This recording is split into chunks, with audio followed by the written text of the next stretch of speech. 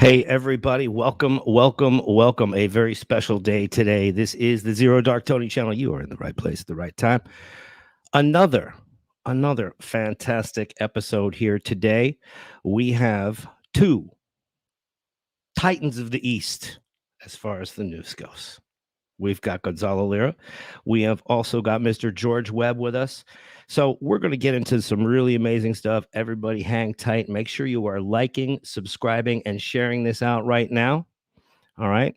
It's really amazing to have these guys here in one place. And obviously, we are so glad that Gonzalo is okay. So everybody is here that's supposed to be here.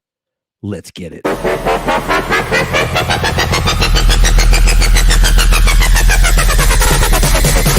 up the bass.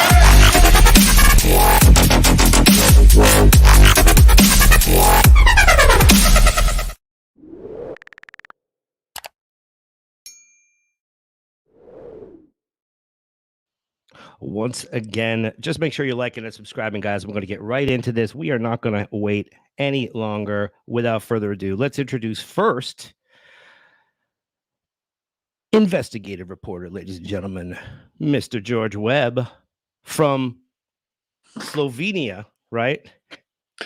Yeah, I've been doing every Eastern European country along, between here and the Black Sea, between Gonzalo and the Black Sea. And I followed him a long time, recently, and the world prayed for him, and the world's so happy that he's alive, and the Kraken and the SBU. And so that's why I'm here. And the one thing I loved about Gonzalo's reporting was he talked about Kolomoisky, he talked about the Ukrainian billionaires, and he talked about Hunter Biden and Metabiota and the biolabs. And I'll just let Gonzalo talk for himself after that. Okay. Well, what do you think, guys? Should we bring him in? I think we should. Ladies and gentlemen, without further ado, Mr. Gonzalo Lira. Hey, buddy. How are you? Oh, let's unmute this. There we go. Oh, there I am. There you go. You there, yeah. Gonzo? Okay. Yeah. Welcome. Thanks very much for having me on, Tony and George. It's a pleasure to meet you. And chat, how's it going tonight? I hope you all are doing well. We're great. We're, every day that goes by, everyone asks me, how's Gonzalo doing? And I'm saying, I got to the border, but I couldn't get a visa. So you're going to have to ask him, or else we're going to have to do a show together. So I guess, ZeroDarkTony made it happen. Absolutely. Yeah. They're asking for visas to come into the country now? Yeah, the foreign ministry. And that was a surprise for me. So, and someone said I worked for Sputnik, and so that kind of created a problem. So, yeah, but I know you can't talk about that whole situation, but no, I can talk about visas. I'm just kind of curious because I remember that U.S. citizens can come in without a visa, no problem, and so that's why I was wondering that they changed that situation. So you have to get it from the foreign ministry, or do you get to the border and they issue it, or do you have to do it before you even arrive? Before you even arrive, and we all have haters and people who like to throw curveballs and make things difficult for us. So I had some of that, trolls and so forth. So that didn't help. And then I talked to George Eliasson, and I think George in the Donbass, and he said also, if you didn't come in with a visa, you're going to get picked up, just like Gonzalo was as well. So it may have been the best thing, but there you go. Yeah, no, I don't know George Eliasson, but yeah, I mean, definitely, right now the situation is very chaotic, and so the rules, they kind of don't apply anymore. Any kind of laws, or what are you going to do? Sue somebody?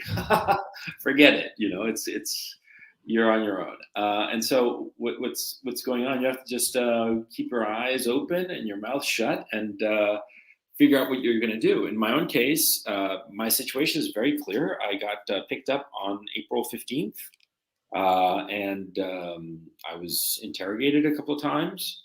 And basically the whole thing was just boring. Really just boring and terrifying at the same time. You're waiting around without anything to do, nothing to read, no internet. It's a total internet and you're just bored, silly, and at the same time terrified because you have no idea what's going to happen second to second. And so it's like stressed and bored at the same time. It's just, yeah. And well, my thinking is, and I was told, that I cannot discuss anything that has happened during this investigation, as it's called, and because apparently it's a law in Ukraine from before the war, and so I can't say anything that has happened other than the fact that 8 guys with automatic weapons and Kevlar showed up at my door just for me. I felt flattered. I felt really, really flattered. It was kind of funny, to tell you the truth. Here's one unarmed, slightly middle-aged guy, slightly overweight, and 8 rough and tough guys in uniform and guns and Kevlar and shit picking me up. And I thought it was funny, to tell you the truth. It's scary, sure, but funny at the same time, because it felt a little bit like overkill. But anyway, be that as it may, what one man with an iPhone can do. Because, like, as Coach Red Pill, people used to make fun of me, Coach Kino, because I had like all this camera gear and all this sophisticated editing and all this crap, and which is a lot of fun, by the way. But all of my gear I don't have access to it because of the circumstances, and the only gear I had was my iPhone, which is I think 3 years old, and a crappy computer, which is 9 years old. And I got into a whole boatload of trouble. And back when I had all that gear, nothing happened. So yeah, it's pretty funny. But no, insofar as the situation here on the ground, I'm in the center of Kharkiv city, and it's quiet. You hear shelling at a distance of maybe 5-10 kilometers, and I know from maps and stuff that I've seen that the fighting is about 5 to 10 kilometers away. But being in the city, you kind of like don't know what the hell is going on. You only know what's going on when you get online and see people discussing it and whatnot. But it's been look, it's scary as hell, but it's cool. It's one more thing on the bucket list. Yes, I was in a war. It was scary as fuck. But yeah, basically. Well, I just to ask about Kolomoisky, because I've been pursuing this guy sort of like Javert, for 4 years, and you were the first guy I ever heard say the name other than me. Yeah, Can you talk a little bit about that? Sure.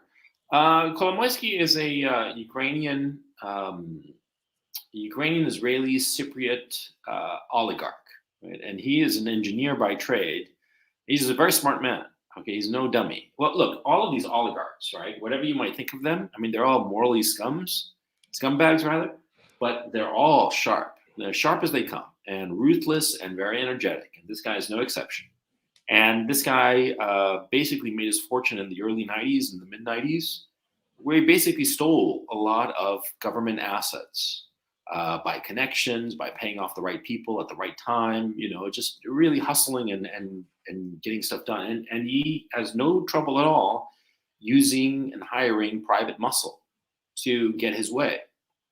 He did that, right? And, he is the guy who set up the famous Azov battalion, which everybody's like, how the hell does a Jewish businessman wind up financing a bunch of neo-Nazis? And you'd have to ask the man himself, but my own thinking is, muscle is muscle. If they're neo-Nazis or whatever ideology they might happen to have, does it matter so long as they're like cracking skulls or cracking the skulls that you want cracked. You know what I'm saying? And so, Kolomoisky is that kind of a guy. He doesn't have like an ideology per se, but he does have an overriding hatred for all things Russian. I mean, he really, really hates Russians, the Russian culture, Russian people, everything Russian. He hates it. Okay, which is a little bit odd, seeing that he comes from Dnipropetrovsk, which is a city more or less dead center in the country that is historically Russian and ethnically, half Russian. And he comes from like I said, like a historically Russian city, but he hates the Russians, and he financed the Azov Battalion, which played a key role in the 2014 Maidan Revolution. I mean, you have to understand how important that group of agents provocateurs were insofar as the events of 2014. Because in the West, people say, oh, the color revolution, the Maidan Revolution, like it was like a good thing. And no, it was a coup d'etat. And it was basically the same as every color revolution. And for those of you who don't understand or don't know about it, see, there were a bunch of color revolutions, they were called. There was the Orange Revolution, doesn't matter. The idea is it's a way to overthrow the legitimate government. And the way you do it is real simple. See, you have some problem going on in the country, and people protest for whatever reason. That's a legitimate protest, I mean, they're pissed off because, food is too expensive or gas is too expensive. I mean, it's something normal like that people would protest. But what you do is that you insert, basically thugs who amp up the violence of the demonstration. And they encourage the crowd to occupy government buildings. And if you're saying, wow, that sounds like, January 6th, there you go. You see, it's in that direction. And see, the color revolutions, what they do is that they have these agents provocateur. In the case of 2014 in Ukraine, it was the Azov Battalion, S14. Sometimes you see it written as C14, but the C is actually S in Cyrillic. The Adar Battalion, the right sector, man, those guys are thugs. I mean, those are stone cold killers, right? And so anyway, each of these different groups participated in 2014, and they egged on the legitimate, normal people and egged them on and amped up the violence. And there was also snipers that killed 3 people during that whole demonstration. And of course, riled up the crowd even more. See? And those snipers, nobody's ever known who they were, which side they were. In a practical sense, we'll never know who they were, but more likely than not, they were on the side of the people who were pushing regime change. We lost George. Hello? He just okay. I think I see him on one of the other. Yeah, there we go. Okay. I'm back. Sorry about that. Yeah. No, that's okay. And what happened was that they killed 3 people, and that just riled up and intensified the whole situation. And long story short, they overthrew the government, and they installed a new regime with a guy called Poroshenko as president. And this guy is a Washington puppet. And ultimately, that's all it's about. It's about getting Washington to control some country or other. And the people most responsible for the color revolution back in Washington was a woman named Victoria Nuland, who right now she is the Undersecretary of State for Political Affairs. And that woman, she is one nasty piece of work, okay? And you look at pictures of her. I mean, now she's an older woman, right? She's in her late 50s, I believe. But when she was young, she was like this petite little, wouldn't hurt a fly kind of looking woman. I mean, you look at a picture of her when she was, and not that long ago, maybe 10, 15 years ago, and she looked like, like a nice little housewife or something with a cute little voice. And she's just as nasty as they come, right? She speaks Russian. She speaks Ukrainian. In fact, she's her grandfather was from a region just to the west of Odessa on the Black Sea, and he was persecuted in a pogrom of 1905, and he emigrated to the United States in 1907, and that caused all kinds of conflict with a guy called Sherwin Nuland, who was Victoria Nuland's dad. That's all kinds of interesting psychodrama going on there. But the upshot, she hates Russians and she wants to break Russia. And she's part of a whole cabal in the United States that just hates Russia for various reasons. And a lot of it, it's quite frankly, it's ethno-religious hatred of stuff that happened over 120 years ago. I'm not kidding. I wish I were, but that's the only explanation. I mean, just full disclosure. I personally am a Chilean Roman Catholic. I've got no horse in this race, no dog in this fight. I mean, for me, I just look at it. I'm like, wow, this is kind of crazy. But I kind of understand it because in Latin America, we have ancient hatreds too. I mean, like in my own family's case, we're still pissed off that one of our ancestors was killed in 1821. That was 200 years ago. And we're still pissed off at another family that's still around 200 years later because of this. Okay? Gonzalo, excuse me 1 second. You had mentioned that, but also with Victoria Nuland, it would be the roots of it. You had mentioned in one of your broadcasts was ancestral, was from her father and the relationship that they had with the Germans and things like that. Some very interesting connections that you made between them. Yeah, and so anyway, the point is that these they want to do a color revolution in Russia, and it's not working out for them.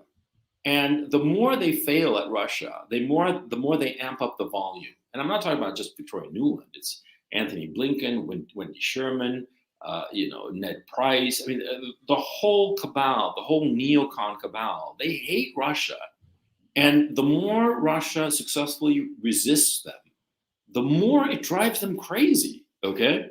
And here's the thing, now we're getting to the end of this war because it's looking, I mean, George, you might actually have a much better idea of how the war is going. So why don't you tell us? Because I'm really curious as to your views as to how the war is going. Well, we expected the Black Sea corridor to be secured because of Russia's base at Sevastopol in Crimea. And they sort of took the left pincer was Crimea and the right pincer was Mariupol, and they took Berdyansk, which was where they were trying to build a big Navy base. The Ukrainians were, the Russians had already taken their submarine in 2014. And then that kind of closed in on Azovstal, which was this huge steel plant that was Akhmetov, this other billionaire like Kolomoisky. And then they sort of pivoted north to Kramatorsk toward you, Gonzalo. And then they found this huge weapons cache at Balaklia, I believe, which had massive weapons cache. And it seemed at that point, Azov, I believe, from just intelligence that I've gotten and hanging out at the Polish border, that Azov had left the country. This Bonov guy, one of the leaders of the top Azov, had left. It seemed like the recruits were still down in the basement of Azovstal, but they had left all their kit and weapons, and it seemed like they were relying on NATO to resupply them. I was near Lviv when the train station got hit with the resupply. Then I went to Hungary, Hungary, where the Air Force base there is now flying in Stinger missiles and also Javelin missiles. So this is kind of what I call FedEx war. And it doesn't look like Azov is getting permission from any of the different neighboring states to enter in on the ground, except maybe Moldova and Transnistria. So I think they're going to do this resupply because they lost all their weapons via FedEx war from Papa AFB in Hungary. But I believe the Azov will be reinserted in Transnistria on the border of Moldova. But how many troops are we talking about? Well, I think the Azov numbers were inflated by a lot of the Western media sources. I think they were, in the 4,000 to 5,000 number. I'd be interested that in what are in Poland. Oh no, I think the elite 200 at most, maybe 100. Yeah, because in Mariupol they got wiped out. I mean, they got wiped out. I mean, BTFO'd. I mean, they're gone. And they're talking that there might have been as many as 15,000, but like the conservative number, the one that's like this is definitely, it can't be lower than this, is they're talking about at least 8,500. That's the lowest number that got wiped out, and they're just gone. And how many soldiers are left in the installation? Nobody's really sure, but they're talking about between 1,500 and 2,500. Again, they're top tier guys, and of course the big mystery is that in the Azovstal thing, they've tried to rescue people all the time, and everybody's like, what the hell is down there? I mean, because like the civilians who are down there, that is, well, first of all, let's talk about the civilians real quick in Azovstal. What has emerged is today there was this family of three, man, woman, and child. The child must have been 7 years old or something. That they emerged, they managed to escape and blah blah, right? And there's a tape of them being questioned and debriefed and whatnot. I mean, very low stress, because you see the kid there is just bored and just playing, the way a kid would when just a boring adult conversation, right? But then there's some pictures of the guy, doing a Nazi salute and having like an Iron Cross kind of thing, a cross of Malta, and it's like, wait, is this guy actually like one of these Azov battalion guys, So all kinds of questions have suddenly emerged about this guy who's come out with his family, right? But anyway, the point is they are running out of food and water. I think water is probably the big problem for them. And they've got, according to their own testimony, they got 600 people who are in dire need of medical attention. Oh man. And, but the thing that I'm really curious about is, who did they sent helicopters to evacuate people from Azovstal a few weeks ago. It was like three weeks ago, I guess, 2 weeks ago. And then they sent a ship a couple of weeks ago, a little over a couple of weeks, 3 weeks ago. And all of them got interdicted. I think 4 helicopters got shot down, which is a huge loss for the Ukrainians. And so the issue becomes, who's down there? And I am convinced, that it's some NATO bigwig. I think it's this Roger Cloutier fellow, who's this 4-star general or 3-star general, who's just vanished. No one has any idea where he is. And I think that where is Roger Cloutier? That ought to be the number one question. Because, I mean, I think it's funny. I think it's incredibly amusing that this NATO general, who is known to have trained Ukrainian forces, it's not some random general, No, he was training forces. There are a bunch of photographic evidence showing him training, showing him with Ukrainian forces way before the invasion. He was part of the NATO group that was training the Ukrainian armed forces to NATO standards. Because if your audience doesn't know, see, the Ukrainian army, even though Ukraine was not part of NATO, the Ukrainian army was being trained by NATO. And it was trained to a standard called interoperability, whereby a squad, a platoon, a battalion could be taken out of one country and plugged into another. Because, of course, if you have an alliance with a lot of different countries, you've got Spain, France, Germany, the Netherlands. What you want is to have the same training for all of them, so that you can take one group out and plug them out in someplace else, and you have the same kind of communication systems and protocols and tactics and trainings and all the rest of it. And the Ukrainian armed forces were trained to interoperability with NATO. And this guy, Roger Cloutier, was part of that team that was training the Ukrainian armed force. And he's gone.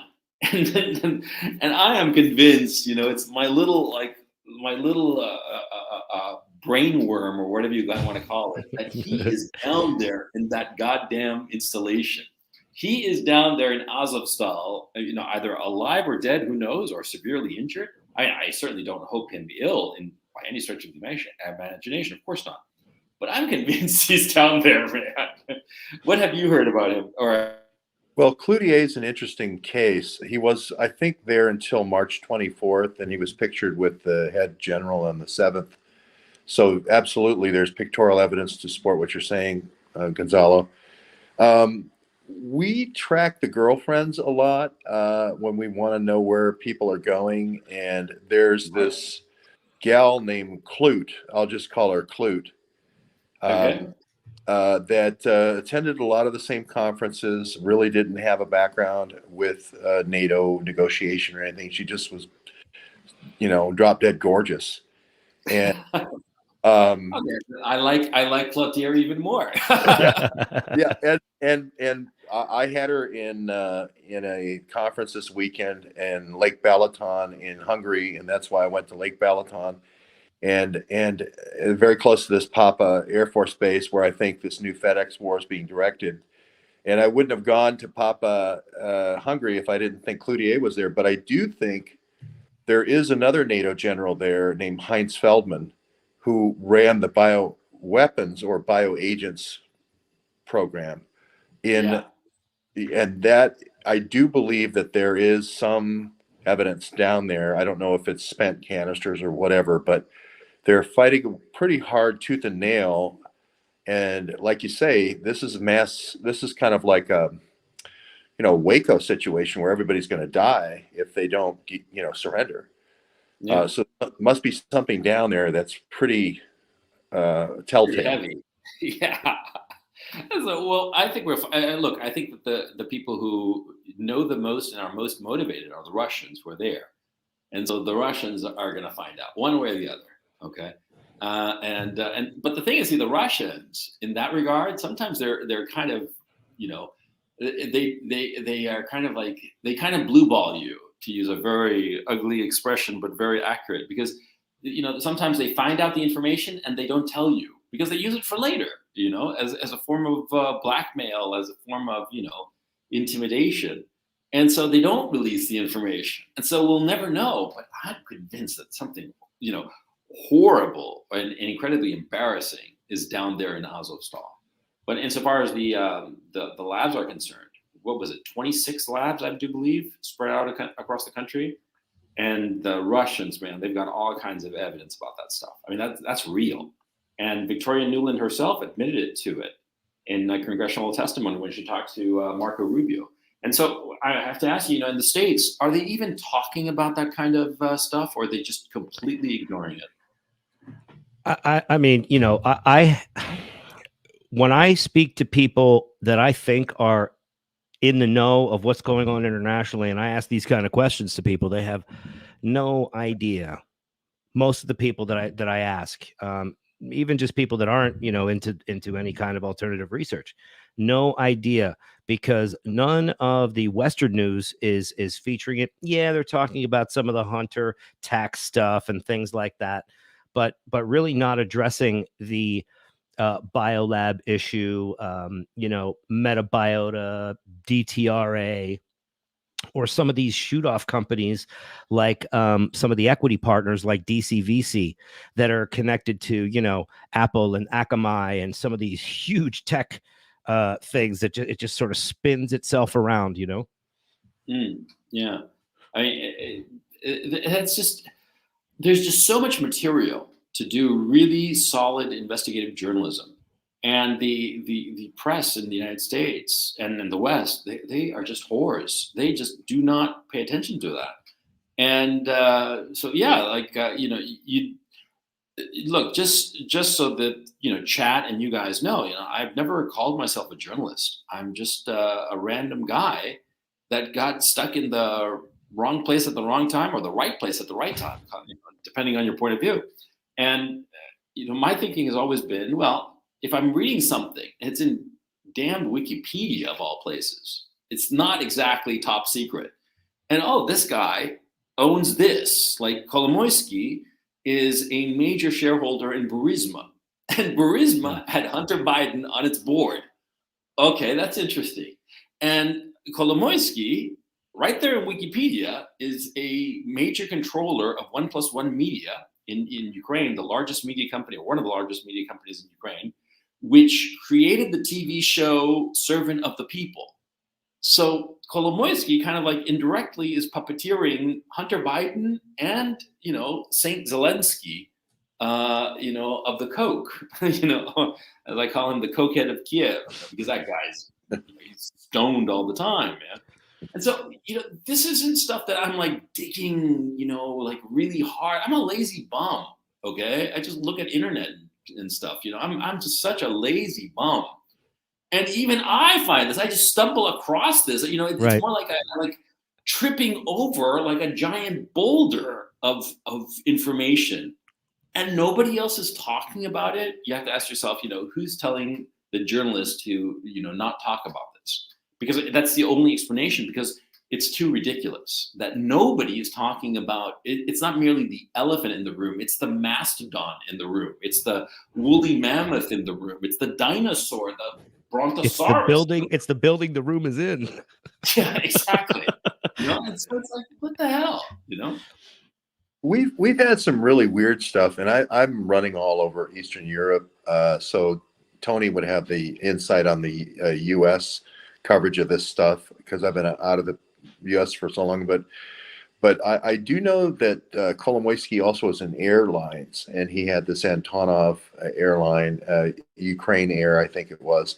But he had one of the biggest sort of things like for heavy airlift, like they have that. The C-17s at Papa, Hungary. And one of the first things that Putin did was destroyed his big 225, I think it was. But we had another one leave Ukraine and land here in Ljubljana, the capital of Slovenia. And then they wouldn't say what it had in it, and then flew on to Israel. It was like Kolomoisky was taking all of his bioweapons and going home for a while. Because Kolomoisky has the big place in Tel Aviv and the place in Geneva. So, and I've been like on his trail for 4 years. So I love to hear someone say, oh, if you just looked at anything, it would be a boulder. It would be a huge mastodon in the room. That makes me feel so good. Yeah, I mean, it's like not rocket science. See, I mean, and it's so damn obvious. I think that's the thing that I find shocking. This stuff is so obvious and so out in the open and so easy to find. It's like I said, it's in my own case, no investigative journalism whatsoever. It's just Wikipedia and the top 10 results on a Google search. And All kinds of stuff. Sorry about that, but is Kolomoisky, you guys were talking about some of the flights and things right there. Was Kolomoisky also related to some of those Azerbaijan Silk Way diplomatic things? It seems like it's the same type of system, right? Things are being moved and hidden, just like the train stations, just like schools, things like that can be modified for what would be military use, allegedly. Well, Dilyana, the Bulgarian journalist, the woman, great Bulgarian journalist, she did a story about Silkway Airlines, where the whole airplane was being diplomatic cover, and the U.S. State Department was doing this bioagents and flying things between the labs in, I think, 30 or so different countries, 336 total labs. Just an amazing. Ukraine by far is the number one, but the Silkway Airlines also seem to be used for weapons as well. And the Eastern European countries seem to have the most pliable prime ministers that can be used as proxies for NATO, or else partner countries that aren't necessarily quite all the way in, that seem to be like Bulgaria, where all this covert stuff happens. So you really have to kind of follow the bouncing ball. But Silkway Airlines, that story I think broke in 2017, 2018. No follow-up by anybody in the MSM. Yeah. Listen, guys, unfortunately I have to go, but it's been a real pleasure talking to you. Chat, thank you very much. Yeah. And thanks George, for coming by, man. A real pleasure, George, to have met you. And I hope that we can stay in touch. And I'll get Tony to send me your contact info, and we'll keep we will keep in touch. And All Tony, right. thank you so much for having me on. I really appreciate it. Oh man, thank you so much for coming and sharing some of your experience with us, Gonzalo. Thank you so much. Godspeed. We want to keep you safe, and hopefully we'll have you on sometime again very soon. Maybe Yeah, even I in love person, that. huh? Yeah, that would be great, actually. Right Chat, on, you man. guys take it easy. All the best. Thank All you Bye. right. so Thanks. much. Thanks, Gonzalo. So yeah, getting into some of that diplomatic stuff that's happening, and having Gonzalo's point of view is just really amazing. And what you're doing, going around and spending some time in some beautiful places that I see, is just these little pockets of calm amongst all this chaos, you know. So you were talking about recently some of those C-17s that have been moving back and forth, and some of the diplomatic vehicles also on the ground, possibly, that are moving some things around, and possibly some movement of offensive tactical materials, allegedly. Well, again, I'm not trying to be the spy for Putin or anything, or I just want to make sure, like Gonzalo said, that we're not going into World War III because there's a small group of people that, Project for a New American Century, that decided that that's what we should do through provocation and sort of doing a Doctor Strangelove, escalation. And now we're all in it, like sort of like waving the yellow cake with Colin Powell. And Victoria Nuland, her husband, Robert Kagan, his brother, the other Kagan at the Institute for the Study of War, his wife at the Institute for Study of War, they're all the same. We've got to, like you said, do a color revolution, or, dismantle, pizza cut Russia like we did Yugoslavia, where I am now. So that's what I'm studying here. And I'm going to all these different places like Croatia, where they developed a neo-Nazi group called the Stasi, and then Kosovo, and looking at the NATO playbook and looking at the Victoria Nuland playbook. And what I see over and over again is the use, like you mentioned, of diplomatic immunity. Cars that have diplomatic plates, you can't search. So those become the best ways of taking weapons around that they shouldn't be taking around, that you can put in the trunk of a car. Well, weapons could be now taken in. Look, something this big now. I mean, with what we're dealing with some of the metabiota stuff, and some of these companies like Black and Veatch that have built, designed, constructed all of these contracts for these alleged connections through people in the United States and all over Europe. They're all on the same talking points. Yeah, well, I mean, bioagents are a force multiplier. They're probably as far as the military goes, the biggest force multiplier, because if you throw a grenade in a foxhole, you may kill the people in the foxhole, but the people in the foxhole don't infect their buddy, and then their buddy's buddy and buddy, and 10,000 people die. So it's definitely a force multiplier that has to be looked at. I specifically was tracking at Lake Balaton. I was specifically looking at Stinger missiles. I have no problem with NATO supplying one side of the war, for Ukraine, as long as the people in the countries agree that they want to be doing that, and they're putting themselves out as a military target when they do that. But I do have a problem with using U.S. State Department diplomatic immunity and just making that decision for the United States secretly. Right. That I have and the Stinger missile can be used in a dual way. Can be used to take down civil aviation, and can be used to empower terrorists. And that's the thing that I'm interested in. Well, and some of those things, that intel that gets back to the Russian military, these are the things specifically that Putin has warned against, right? Is do not interfere. These are things that are out in the Western news now. We see clips of Putin coming out and saying, hey, don't get in our way again, just saying it over and over. I see a lot of reserve and patience in some of these actions. What do you think? I do. I see a lot of patience, and I see a lot of multiple warnings. And when they say this could trigger World War III, I see Putin saying, if I see one more C-17 from Papa Hungary land on the Kiev runway, I'm going to hit it. And I'm not going to just blow up the runway. I'm going to hit the combatants. It's sort of like the Lusitania with the German submarine type argument. And then what happens? Do we start putting F-35s or some kind of F-16 fighter escort? And now Su-35s are going to be going head to head with F-16s.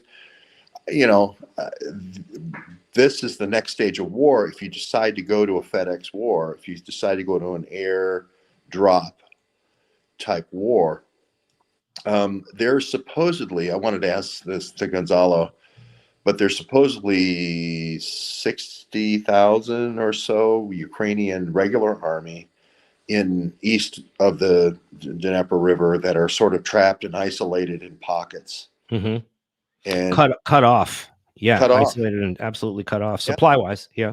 Yeah, there's no egress. There's no any kind of transport will be blown up. The satellite is like watching them. A security camera. There's no way out. And so what's going to happen to those people? And it looks like Putin really isn't doing the the anti-personnel mines or the cluster bombs or the things that would really do a lot of killing. He's sort of hostaging those guys right now and saying, hey, if you, Zelensky, want these people back, there's a lot of families that, I interviewed a couple of families who had people in that area that are wanting Zelensky to say, hey, back off Azov and declare them no longer part of the army, and let's get a prisoner exchange going. Right. And that's, I think, a very good idea right now. We've seen some of that today. Just in the recent past couple of days, we saw on the Western mainstream media, we saw not only a prisoner be exchanged. I don't know. I forget the story. I believe it was a young military guy who was held for some sort of assault charge, allegedly. But another thing that was interesting was, if we're talking about a naval presence and we're talking about the Black Sea, we had a statement come from one of the admirals of the Navy that said, we're not going to push our ships into the Black Sea. We're not going to go there. We have the Joint Chiefs. I forget his name. The American Joint Chiefs. Milley or no? Huh? Not Milley or another. No, the other guy. Always with Biden. He seems to be a little higher up than Milley, but he was talking about how, the nuclear option wasn't going to happen. And, you start to hear about things like when Putin says these, and I'm loosely quoting here, these strikes will be lightning. Did anybody not? Well, actually they didn't see it. The one that hit the depot for the weapons and everything, that was the hypersonic, right?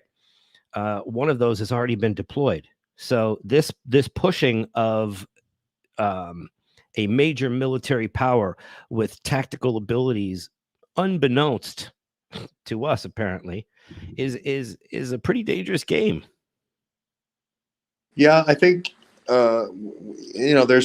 this can be armchair quarterbacking because we're all not military and we don't all know for sure. But there are some previous conflicts where you can draw some inferences, and the S-300.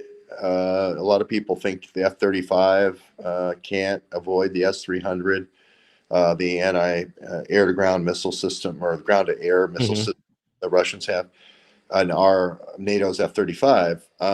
Some people think the S-400 was the improvement. The S-500 is an improvement again. So. But you're definitely right that this is a tightrope. This is a tightrope of World War III, and you never know what is going to trip or trigger the escalation. And when you transition from a ground war to an air war, where you're sort of putting people in and then having them do an operation, then pulling them out like special operations, there is an air component. And the air component usually means some kind of either very stealthy insertion and extraction, and or air cover. And air cover is not going to just be helicopters; those are going to get shot out of the sky by jets. So it has to mean fighter type escort, and so that's where you fire and forget. You know, you don't have time in jet warfare to go, oh, there's the enemy and he's locked on me, I'll fly a little closer. No, you have to fire before there's no built-in time to say, well, let's see if we want to escalate this. And that's what I think is going to be the flashpoint, is the air-to-air situation. A lot of people think it's going to be ground-to-air, like MH17 and that got shot down, the Malaysian plane that got shot down in Ukrainian airspace in 2014. Well, do you feel like NATO or the U.S. in this position right now, where the truth will eventually be seen, as it was in the Iraq situation, I believe. You know, those are some of my personal opinions, but do you see a way that the U.S. or NATO is perhaps, with a statement like that from the Navy, trying to walk this back a little bit, like saying, maybe we don't want to push you? You know, every day I'm always a little bit surprised by what comes out of Lloyd Austin's mouth as Secretary. That's the guy. It was Lloyd Austin. Okay. So yeah, the SOD, he's sort of being positioned as the hard-ass tough guy, and then Tony Blinken is sort of being positioned as the diplomat, you know, who wants to rein in, you know, Lloyd Austin. And it's sort of a little, you know, Punch and Judy game they're playing. Right. And who's on first? Yeah. And I don't think anybody really falls for it. They're trying to bring these guys up as characters and then kind of keep Biden out of it. But again, there's two ways to go. You can fight it out inside the borders of Ukraine, or like Vietnam, it's spilled over into Cambodia, into Laos, into Thailand, into China, you know, and that's where things get dicey. Right. And there's some of this talk, you know, about Poland and Western Ukraine, some of those borders, you know, being divvied up. I guess that's what I'm, you know, some of what I'm inferring from it. What do you think of that? Yeah, I was, you know, spent a lot of time in the PZ town and RZ town that were right there on the border, on the way to Lviv, and my general impression was they were towns owned by Azov. I mean, that was kind of like the first place that the drug mobile, you know, stopped. You know, they were little dens of iniquity right over the border, and I don't know. They're beautiful little towns, by the way, and I don't want to hurt Polish, you know, tourism, but they just seem to be under the domination of this Azov group, the Banderite group, to where you couldn't say anything publicly, otherwise you'd, you know, be accosted by five skinheads, kind of thing. And I think Poland knows this. I think Poland knows if they keep up their role as an insertion and extraction point, that those towns are eventually going to be targeted. You know, I remember this with the Vietnam War, where you know, you couldn't bomb, you know, across the border, and so the Viet Cong would run, you know, across the border into Cambodia, and then one day, you know, Nixon pulled the pin and said, "Light it up," and it spread, and so that's a NATO country. So what do you do then with Article 5? You know, attack on one is an attack on all. I mean, you're in it then. You know, again, I'm just pointing out the pitfalls. I'm not trying to be, you know, Chicken Little, but there are real risks here. I mean, when you start to look at, some of those border towns and the influx of refugees coming in, and I know you've been in some of these border towns. This influx is similar to the size of a city, a small town, right? 150,000, 200,000 people, a bit bigger than a lot of towns and cities in the U.S., right? Just pouring in through the borders. Do you think any of those people are going to go back? I think the ones that have husbands that are trapped as, kind of not human shields, but they're trapped because they have to do military service between 18 and 65, those will probably go back.